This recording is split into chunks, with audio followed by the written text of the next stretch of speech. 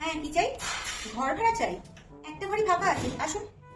দেখুন, আমি কিন্তু ঘর সাধারণত ভাড়া দিই না। আপনারা এত করে বলছেন তাই দিচ্ছি। আপনারা কজন থাকবেন? আচ্ছা, আপনি, আপনার হাজবেন্ড আর 2 বাচ্চা। ঠিক আছে, ঘর কিন্তু একদম নোংরা করা চলবে না। আমি কিন্তু ফ্যামিলিকেই ভাড়া দিই, কোনো ব্যাচেলারকে নয়। আর হ্যাঁ, রেন্টটা কিন্তু মাসের ঠিক 1 তারিখে দিয়ে দেবেন। ওই বারবার এসে দরজা নক করে বলাটা আমি একদম পছন্দ করি না। তা তোমরা ভেজ খাও না নন ভেজ? তোমার বর দারু ঝাড়ু খায় নাকি? আমার এখানে থাকতে গেলে কিন্তু এসব চলবে না।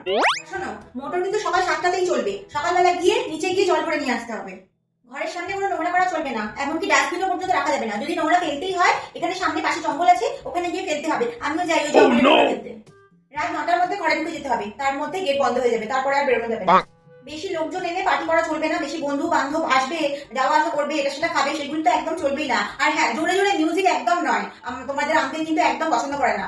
আর হ্যাঁ, ঘর কিন্তু একদম পরিষ্কার যেন থাকে, দেওয়ালে যেন একটা দাগ টাগ কোনো বাচ্চা কাচ্চা যেন না কাটে। এই একবার তাকেই আমি কিন্তু ঘর রং করিয়েছি।